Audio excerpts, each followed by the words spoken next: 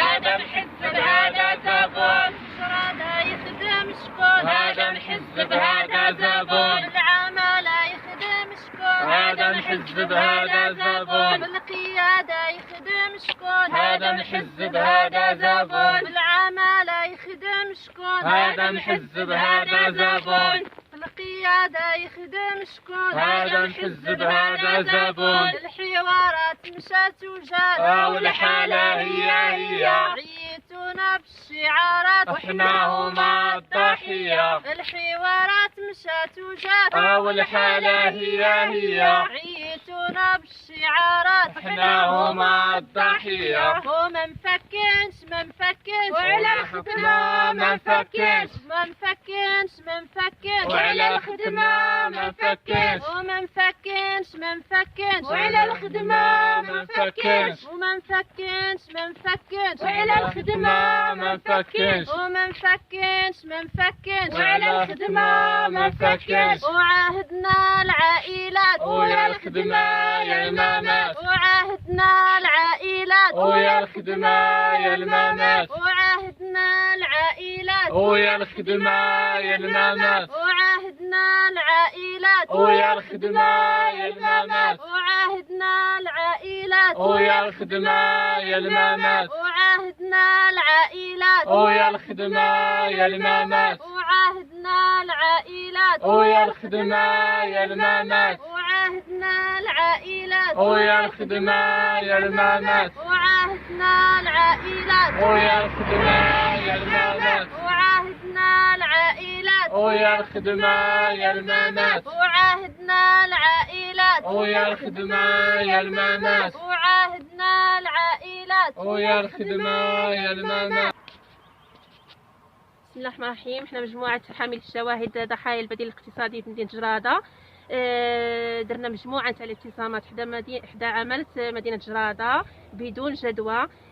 درنا كذلك مبيت ليلي يعني اللي تعرضنا فيه كان البرد وتعرضنا فيه للبرد ويعني واحد الظروف صعبة.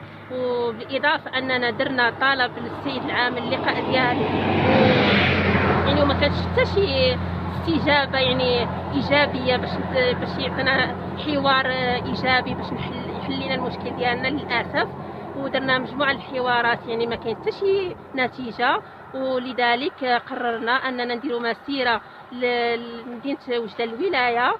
بسم الله الرحمن الرحيم. احنا مجموعه ديال حاملي الشواهد ضحايا البديل الاقتصادي. يعني هذا البديل الاقتصادي هو ديك الشركه ديال الكلامار اللي جابتها الجهه باش انها تخلق فرص يعني الشغل ديال الشباب، ولكن للاسف هذه الشركه يعني كانت طالبه اصحاب الشواهد اللي هما اجازات ودبلومات وبكالوريا.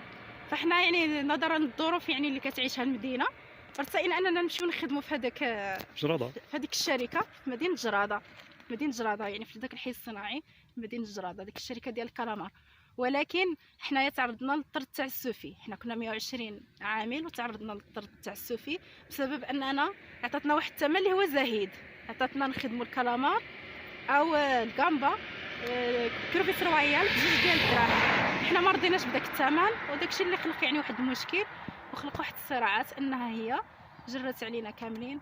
وحنايا خرجنا من داك الوقيته هذه سنه. حنا دركي في العام ملي رحنا في اعتصامات، منها الاعتصامات الجزئيه ومنها المبيت الليلي ومنها مسيره راه سبقنا درنا مسيره على الاقدام لمدينه وجده، ولكن كانت دائما كتكون ما كاينش الحلول، دائما غير الوعود الكاذبه والحوارات الماراثونيه ولا مبالاه. ولكن مؤخرا يعني ما كاين حتى شي حاجه. كانوا اقترحوا علينا تعاونيات، ولكن حنا هاد التعاونيات ما ينفعوناش، لان اولا الطابع ديال المدينه ديال جراده ماشي شي واحد ماشي شي طابع يعني اللي غادي يخليك دير فيها شي مشروع اللي غادي ينجح.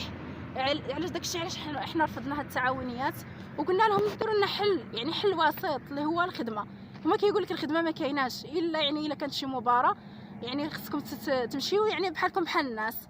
ولكن مؤخرا تفاجئنا الاسبوع الماضي او قبل الماضي تفاجئنا بانها تخلقت فرص ديال الشغل اللي هي السجل العدلي السجل الاجتماعي. هذا السجل اللي دخلوا له ناس حنا ما عرفناش كاع وين جابوهم هاد الناس. يعني هاد الناس منين جاو؟ يعني كيقول لك لا عندهم كفاءات، من سولنا على الكفاءه كيقول لك عندهم اجازه وعندهم شهاده في الاعلاميات. وحتى حنايا هاد المجموعه حنا بربعه بينا، حتى حنا كنتوفروا على شواهد، يعني عندنا الاجازه وعندنا البكالوريا وعندنا الدبلومات وعندنا حتى شواهد في الاعلاميات.